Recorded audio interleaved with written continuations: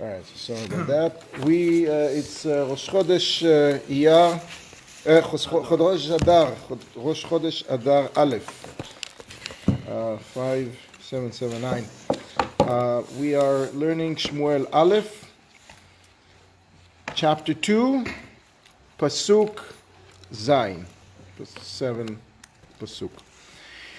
So we are at the conclusion, the last 3-4 psukim of the Song of Hannah.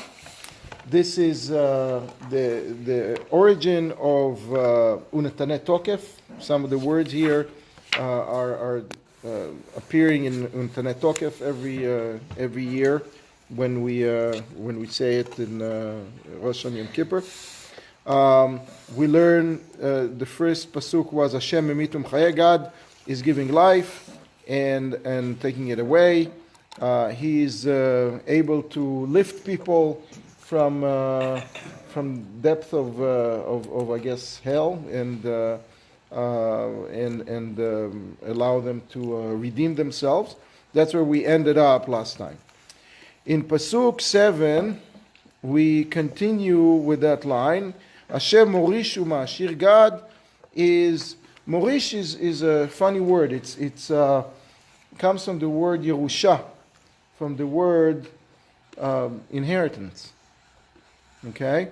Now, if someone gets an inheritance, where did they get it from? Their father worked for it. The mother worked for it. The grandparents worked for it. So they get it from someone. And, it becomes theirs. And the other option is for somebody to work, right? But if somebody is getting a Yerusha, it's from their ancestor. And here we're saying that Hashem Morishu Mashir, God is the one that is providing the inheritance. He is like the beginning of the line, and he can provide the inheritance. As well as Mashir, if it's not winning the lottery, is someone will work and will be successful and will be rich. And God is also Mashpilaf Meromem. We talked before about the physical success of the person, having funds essentially and parnasah. And Mashpilaf Meromem is talking about the respect, the honor, the status of the person. Also, people think that the more the network and the more they go to galas and meetings, the more their status is going to be. It's not so. The next two psukim, we're going to read them together because they are sort of connected. We have a very famous saying which is appearing in another place, but Mekim me'afar dal me'ashpot yerim evyon. God is lifting from the dirt a poor person, dal, right? And he's lifting them me'ashpot yerim evyon. He's lifting them from the garbage. Essentially, ashpa is garbage. From the dumpster, he's going to lift. He's going to rise up the old. Again, it's another word for an old person. And not only they're going to lift them from the dumps, Leoshiv im nedivim, he's going to sit them in the in the front, together with all the rich people, all the big donors, all the philanthropists, right? V'kiseh kavod yanchilem, and he's going to give them from they used to sit in a dump. Now they're going to sit in an honorary chair, in a big big chair in front. And v'kiseh kavod yanchilem, he's going to provide them with that honor, with that respect. Ki la'Hashem metzukei eretz, because God is the owner of Metzukei Eretz. What is Metzukei Eretz? We'll see in a second. There are several explanations.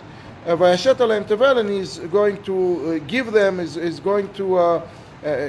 God is ruling the world, and we'll see how. So, what is Metzukei? Metzukei is in modern Hebrew, mutzak is solid. And that's the source of it. So metzukeh is solid. Now solid what? Okay? So there are many explanations and many different... but the basic understanding is that God is setting up the rules, etched in stone, the rules of the world, the natural world, the natural rules. Okay? Those are the rules that are solid rules, that they're not movable. The foundations of the world, right? The gravity. Nobody can change gravity. That's the way it is. That's the way the world works. And all of those natural rules are controlled by God. But there is something very interesting that we see. You have in some Gemarot, in the Talmud, it says it brings all kinds of remedies, all kinds of ideas of how to cure different diseases. And one of the questions that the rabbis, now the Gemara was written like it took 400 years to write it. The period of the Amoraim is about 400 years, 350.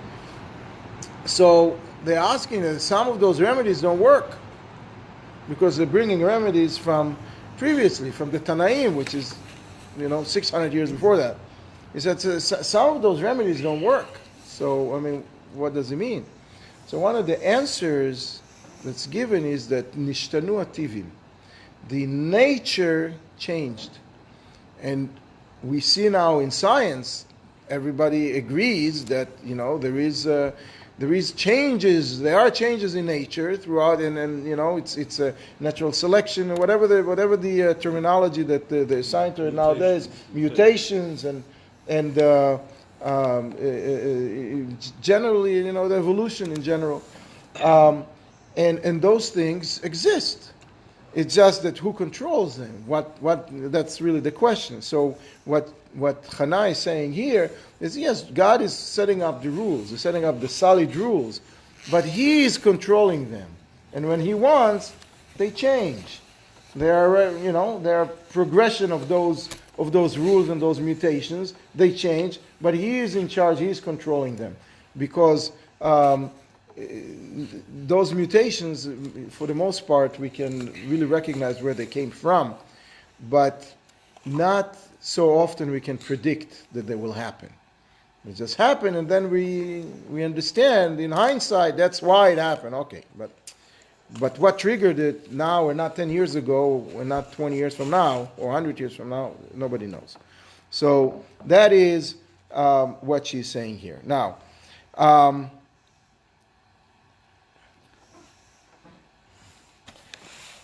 there is in the Gemara in Yuma, the Gemara is mentioning.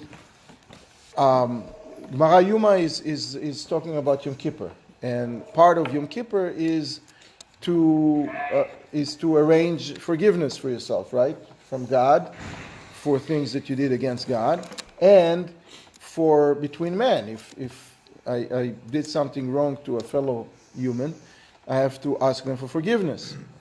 So one of the things one of the ways to ask forgiveness is for a person to make themselves smaller. If I had a fight with someone, okay, and I feel that I was wronged, so if I'm going to go walk, with my nose up, I'm not going to ever reconcile with that person. I have to make myself, just humble, capitulate a little bit, and then hopefully that other person is going to be more amenable to say I'm sorry, or to reconcile. How do we learn it? This is the pasuk that we have here. There is a story in the Gemara of Rabbi Yirmiyah who had a disagreement with Rav Abba. Two very outstanding citizens, Amoraim. and Rav Abba apparently insulted Rabbi Yirmiyah at one point, and Rabbi Yirmiyah was a more important rabbi at the time, at the place. But Rav Abba was refusing to say I'm sorry. He didn't feel that he. So Rabbi Yirmiyah went to Rav Abba's house and sat down right outside the kitchen. And when the maid, the servant over there, was cleaning up and spilling the water out the window, she spilled it on top of Rabbi Yirmiyah. So now Rav Abba comes out and see what his servant maid, did to Rabbi Yirmiyah. So now he felt bad. Now he has to, he asked for forgiveness, and at the same time they reconcile whatever happened before. So they learned it from here. Rabbi Yirmiyah says, if we need to keep ourselves, friendly, I'm willing to sit in the dumps, and then from the dumps I will be lifted, and things are going to be better. So this is one place where it's mentioned. The next pasuk is Raglei Chasidav. Could you just explain why was there a variation? So we say Mekimi Me'afredol. Here it's Mekim. And Lahoshivi im Divim. So why didn't they quote the pasuk verbatim? It's a different pasuk. It's a different pasuk. A different pasuk in Tehillim. So it happens several times that you have psukim with the slight variations mentioned in several places. In Tehillim, it's Mekimi Me'afar Dal because David HaMelech is talking about himself. Here, Chana is giving a prophecy for the Jewish people for all generations. God is the one to lift. It's not a prayer about herself anymore, because she's already up. She already had her prayer answered. So David took it from here. So David took it from here, exactly. David repeated it from here, absolutely. Raglei Chasidav Ishmor Ureshayim B'choshech Yidamu Ki lo B'choach Igbar Ish. The foot of his Chasidim, God is going to guard. And we'll see in a second what does that mean.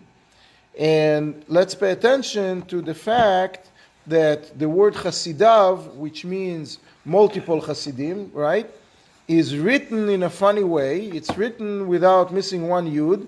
So you can actually read it if you don't have the vowels. You can read it as Chasido, one. So Rashi points out that you don't need a group. You don't need a minyan in order to do the right thing. In order to be a Chassid, in order to do what God asks you to do, you can do it alone. And God will take care of the group or the individual. That's the pshat. We'll see in a second, the Gemara is bringing it in several other ways, and what the Gemara is learning from it. Ureshayim b'choshech yidamu, and the evil people, they are going to stay in the dark spiritually, and they're going to basically disappear. They're going to be not able to talk, or not able to boast, not able to function. What she's saying here is that when someone doesn't do the right thing, the retaliation from God does not necessarily come with a big, with a big fanfare. B'choshech, in the dark, pieces are falling and things are missing, and suddenly a person finds themselves, that's the origin of the saying, you're in the dark, like you don't know what's going on around you. You don't feel what you do. You don't feel what's being done to you. You're in the dark. That's one of the. I think that's the origin of it. Kilo bechoach igbar ish, because the point is that it's not all about muscle. It's not all about who's stronger, and God has His ways. You can be strong and break that utensil that you need to work with just because you used it too violently and exerted too much power over it. Now, let's look for a second at the Gemara. The Gemara is mentioning several times this pasuk and mentioning it in a very special way. There is again in Yuma, there is a saying that the world exists for, God saw that there are very little number of pious people throughout history. You don't have a lot of them. And because every generation needs some, so he took them and sprinkled them. Amad v'shatlam b'chol dor. He put them in several, in every generation he put a few. And that is the metzukei eretz, the solid rules. So the pshat is solid, is the rules of nature. The Gemara is saying solid, those are the pious people. Those are the solid individual. What? Is that the Lamed Vavniks? Exactly. Those are the 36 pillars of Jewish life that exist in every generation. Those are 36 people that are not really known necessarily, or necessarily not known actually. Those are people that are just good people, and with their piety they're holding the world. So that implies that every generation will have a few of those. Now the next statement in the Gemara is mentioning the next pasuk. The next generation, it says that the world not necessarily going to be able to have multiple tzaddikim in every generation. And therefore, the world will be able to live on one tzaddik. Tzaddik yesod olam. One guy, which is, and one of the ways to learn it is where it says here, Aglei chasidav Shmuel. That God, after saying that God is putting all those pillars, solid pillars of piety in every generation, he's stating that he's going to guard those people, and he's mentioning chasidav, he's writing it in a singular form, as if it's one person. Now, when the Maharal has a big, nice piece about this pasuk, he's saying that when you're talking about a pious person, a person who does the right thing, it's written, you read multiple chasidav, but it's written singular. When you're talking about evil people, you said reshaim. You write and read it the same way, it's multiple. Why is that? Because the world, says the Maharal, lives on a balance. The whole world lives on a very delicate balance. And that balance can be kept, or is being kept, by the pious people in the world. And in order to keep the balance, those people are connecting the dots. They're connecting one point with another. And as we all know, between 2 points, there is only one straight line. Now, the crooked people, the evil people, evil person is, we call it crooked, right? Crook. Why? Because they don't go in a straight line. They go in all kinds of ways. Now, how many crooked lines are there between 2 points? Infinite, infinite number of crooked lines. There is one straight line and infinite crooked ones. So, when he's talking about that God is going to keep the balance of the world, chasidav, but with a singular, God is going to keep it, and he's going to make sure that the balance is being maintained. But it's very, very difficult because you have a lot of reshaim out there that rock the boat. So, imagine someone is going on a straight line, between over the Grand Canyon, and you have a whole bunch of interference running back and forth. It's hard to keep the balance, but God is promising us that He will. And again, this is the song of Chana that we read in Rosh Hashanah. All of those ideas are paramount to our celebrating Rosh Hashanah, what to think and how to daven and how to pray and how to do all of those things in Rosh Hashanah. The last thing, the Gemara mentioned a couple other things about this pasuk, and saying that here basically there is a promise that God is promising someone who's keeping the mitzvot properly, chasidav, that he is going to be guarded, that God is going to help them continue in their path. Meaning, it's going to, for that particular problem, it's going to get easier. If you're going to withstand the temptation to do something once and twice and 3 times, it will become easier for that thing. I mean, we all know that we have other challenges coming up, but that particular challenge that we're facing will become easier, and this is sort of the promise that God is giving us. And with that, we arrive at the last pasuk of Shirat Chana, of the Song of Chana. Hashem yichatu merevav. That God is going to, those who fight with him, merevav, are going to be broken. And again, the word merevav is written in one way, and in singular. It's written in singular and read in multiple. Again, that to state the same thing, that God is going to retaliate even from one person that is not doing the right thing, or a whole bunch of them. And even the next word is also written differently than it's read. Alav, even if those people are going to really advance and go up, alu, right? When you say alav without the yud, it's reading alu. Even if those guys are going to be really, really high up to shamayim, right? Bashamayim, that's the next word. Nonetheless, God is going, Yar'em Hashem, God is going to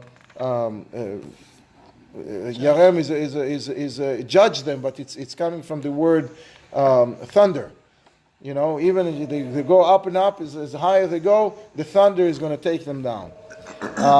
And Hashem Yadin Nafsei Aretz, God is going to judge all corners of the world.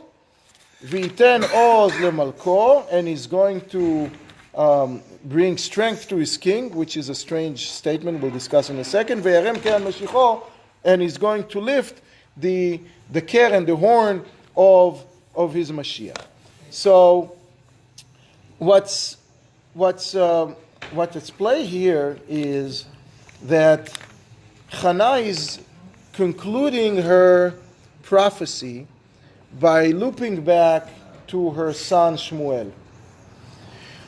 The whole book of Shmuel is written as a tochacha, as a rebuke for the Jewish people, and to tell the story of how we ended up with a kingdom, with a kingship, with royalty, with David HaMelech. That's the whole purpose of the whole book, really. And that leads to Melachim, etc. So, the Jews wanted a king, but it took entire Yoshua and Shoftim, right? The books of Yoshua and the book of Shoftim. We were asking for someone to lead us, and it didn't really work, and we had a judge, and it worked for 10, 20, 30, 40, 80 years. That was the longest one. And then it fell apart again. So she is predicting, again, this is a prophecy of hers, she is predicting that finally the Jewish people are going to have a king. And she is asking God to lift that king up and to give him strength. And she is predicting that her son Shmuel is going to be the one to anoint that king with a horn. The way Shmuel anointed David, he took oil in a horn, and a special oil, and from the other side of the horn there is a small hole, and poured it over his head. And that's how he became a king. That's limshoch melech, it says. But limshoch it means to pull, but it also means to pour, to smear oil on someone. Yeah, to smear oil. Yeah, that's the extra virgin. To smear, exactly. Extra virgin smear. There you go. Okay, so with that we are done with the Tfilat Chana, and we really I think got a good taste of why we're reading it on Rosh Hashanah, and it's a very uplifting song. It's a very uplifting chapter and a half that we started with. A woman that had 130 years of age, had no children, very devastated. And suddenly she got this amazing bracha. And the problem is now that we are the top, the top of the mountain, and there is the way off the top of the mountains to go down. So from the next few psukim, we're going to see how we're starting to go down. And by the end of this chapter, God is going to promise Eli that most of his family are going to be wiped out. His son are going to die all of the same day.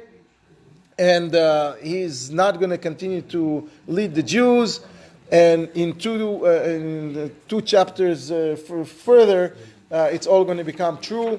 And we basically preparing now for the destruction of, it's not really the destructions, the abandonment of Mikdash, Mishkan Shiloh. Just to remind you, we are about 350 years after entering the land of Israel. And Mishkan Shiloh is where we have the half tabernacle, half solid building, that is serving as the Mikdash. And Eli is the last judge who's also coupling as Kohen Gadol, as a high priest, and he is presiding over that Mishkan. He and his two sons, and he's the last one to run that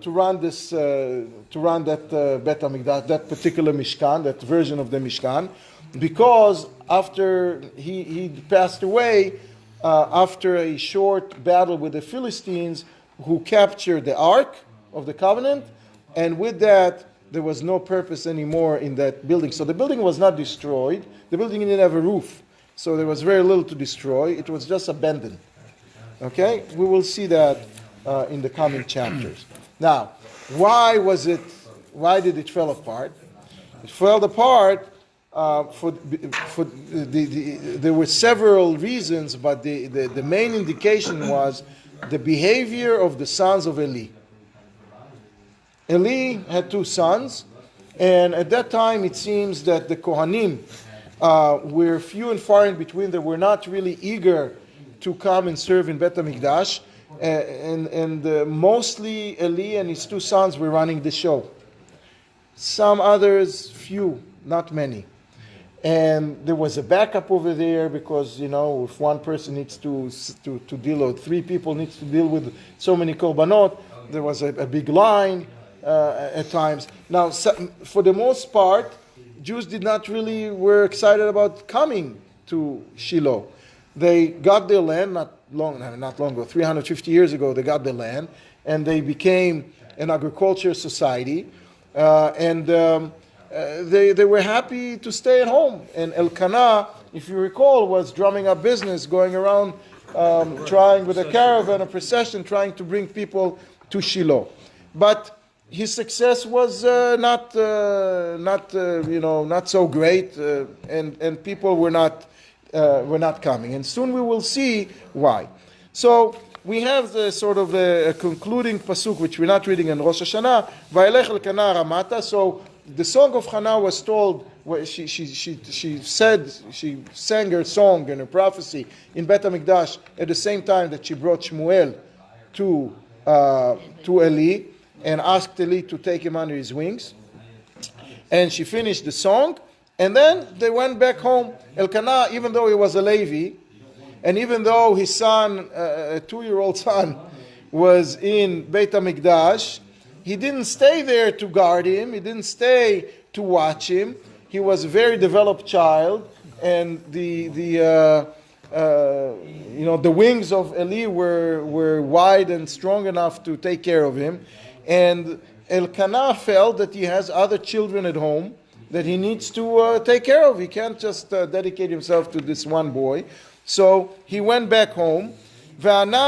So he went, it says, not to his home, but on top of his home. He went on top. So some say he went up because his home was higher at a higher elevation than the Beit HaMikdash. That's the pshat.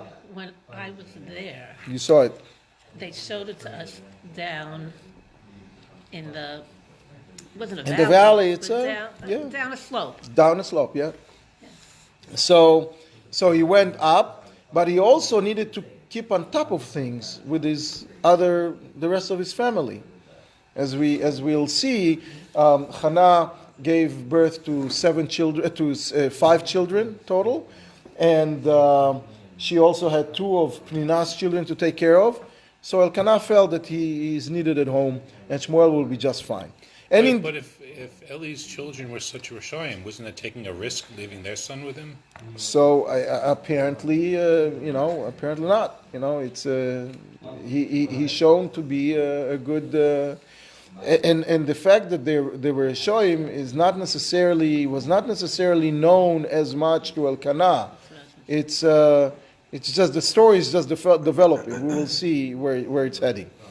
But Shmuel himself, the boy, היה משרת את Hashem. He was serving God at Pnei Eli HaKohen, which is a strange way of saying it. He was, so there are several explanations. One is saying he was serving God by serving Eli. He was serving Eli as the high priest and giving respect to Eli. Eli is the messenger of God at the time, so that's how he was serving God. That's one explanation. Another explanation, which is more likely and happened a little later, he was serving God at the same time while Eli was alive. Even though Eli was his teacher and Eli didn't pass away yet, right? Nonetheless, Shmuel had a direct relationship with God at the time and was serving God directly. He was with Eli for 37 years. Eli was 58 when he became a shofet. That was the day that Hannah came to pray to ask for Shmuel. Then she was pregnant, and then she nursed him for 2 years. So she brought him to the Beit HaMikdash 3 years into Eli's term. And he was there. Eli was presiding as a judge for 40 years. So for 37 years, Shmuel was with him. So the best explanation I found is that in the beginning he was serving God through Eli. And as time passes by, he developed a relationship directly and served God even though Eli was alive. And we will see soon that God is talking to him and give Shmuel messages to tell Eli, which is, it's a strange thing. Now Eli was an unbelievable guy, a very, very holy man, and he did not take offense. He was okay with this, and we will see later on. Anyway. And now, so now we are really at the top of the top, and now let's go down. Uvnei Eli bnei Blia lo yadu et Hashem, and it's pasuk 12. The sons of Eli are villains, are people without morals, are people bli'ol, people without a yoke, ungodly people, jerks, basically. Lo yadu et Hashem. They didn't know God. What does it mean they didn't know God? The word yad'u dat means to connect. They really didn't connect to God. They were the kids of the shofet, and but they didn't really have the feeling that they need to do the right thing, and we will see how terrible they were. Now, as we said, the Jews at the time had their land, and each one had their parcel of land, and they worked it, and they produced, and they were settled, they were okay, Some parcels of land were better, some worse, but they were all basically okay. The only class of people that were not okay were the Kohanim and the Leviim. The Kohanim especially, they were not, they didn't have a piece of land to their name. And they felt left out because they were living basically off donations. They were living off. There are many matnot kuna, many gifts to the priests, that the Jews have to give from their harvests and from their firstborn, and there are several gifts to the Kohanim. But they have to show up, number one, and the main thing was that the main source of meat for the Kohanim was from the Korban Shlamim. When someone brought a Korban of the type of Shlamim, which is the type that some of it is being burned on the altar, some of it is given to the Kohen, some of it the person themselves consumes. When they brought a part of Korban Shlamim, so there was a piece of it, chazeh and shok, the breast and the thigh was given to the Kohen. So what happened if there is no Korban Shlamim coming, in the door for several weeks, which happened often? So they went on food stamps. They didn't feel. They went vegetarian. They went vegetarian, exactly. So what did they do? So the Kohanim, and that did not start from the sons of Eli. That happened before, way before, by other Kohanim. They started taxing the people more. So, when that one lowly animal was brought, 3 weeks in the drought, so they took a lot more than just what's coming to them, officially. So, Mishpat HaKohanim et ha'am, so the rule was, the Kohanim set up a rule. Kol ish zoveach zevach. So there is a difference between zevach and olah. Olah is the type that being consumed wholly on the altar. Zevach is referring to shlamim. This is the korban that. Now, one would think when which one is at a higher level? Olah or shlamim? Which korban is at a higher level? So what? Olah, typically people will think Olah, right? Because you bringing the whole animal. I mean, there is a big hole in your wallet as a result of giving a full cow or full gdi, whatever, lamb, whatever that is, and it's burdensome, and that's so it's at a higher level. But the truth is that, and the Ramban is saying that shlamim has an advantage as well over Olah. Because when someone brings the Korban Olah, they hand it to the Kohen, and that's it. They don't see it anymore. It's gone. They don't really need to they don't feel that they need to conduct themselves in a special way right after they brought the Olah. When they brought Shlamim, they have to eat it in a very specific state of mind. They have to consume it in a betahara, in a special, and it takes a purity. It takes a couple of days to do it, and they bring the whole family to do it. So the Ramban is saying that Yaakov Avinu was the first one that brought Olah. Noach and Avraham and Isaac, they all brought korbanot Olah, a korban that was fully consumed. Yaakov is the first one that brought Shlamim.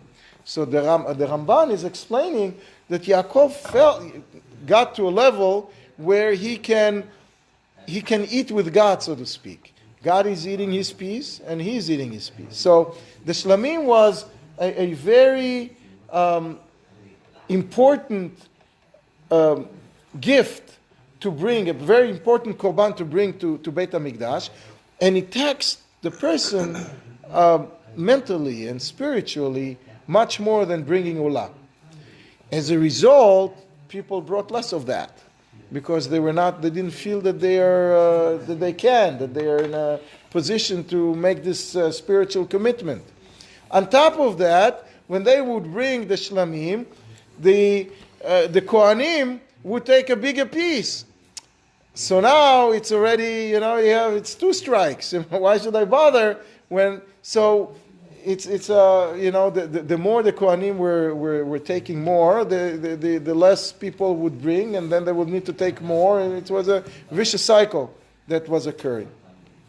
Nonetheless, the Kohanim they did not do really a sin. They didn't sin by creating this rule.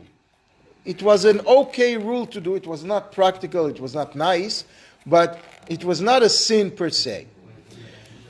So what did they do? But then the implementation of that rule was really not nice.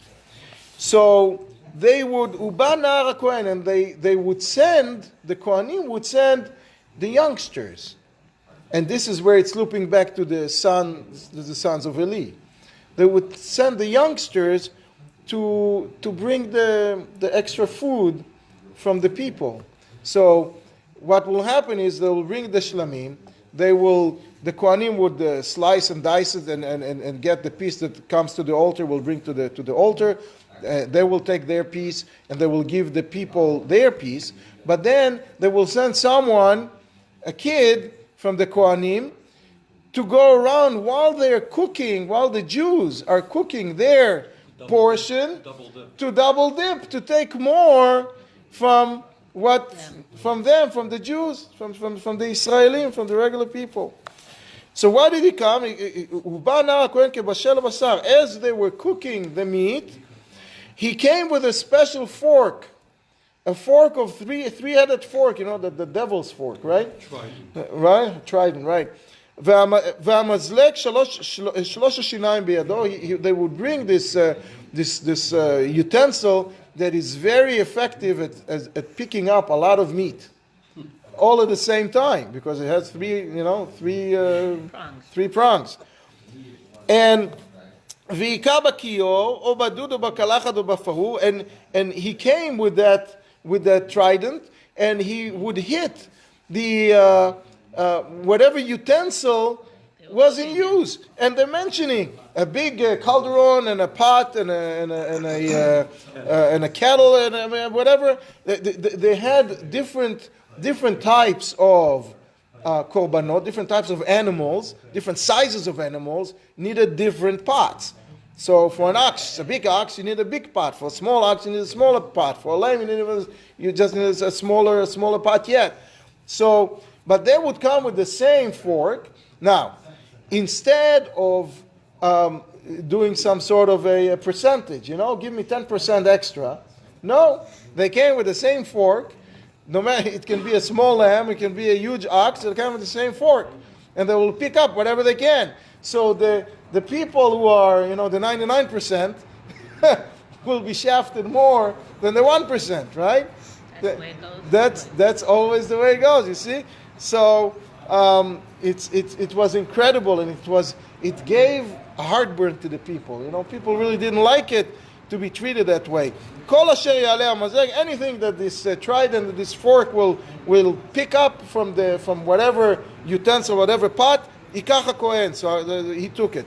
ככה יעשו לכל ישראל הבאים שם בשלום. That's what they did to all of the Jews. Anybody who showed up in Yerushalayim, here's a new one. Here's a new guy coming. Let's hit him with that tax, with his extra tax. I think we should stop, because it becomes even worse. It becomes even worse. What? His sons did this, but not Eli, right? No. Eli didn't do it, and Eli was a very pious person, but he is a little bit criticized for not talking forcefully to his sons. Poor parenting. Yeah, not really putting his thumb down on his sons. I guess we're not all perfect.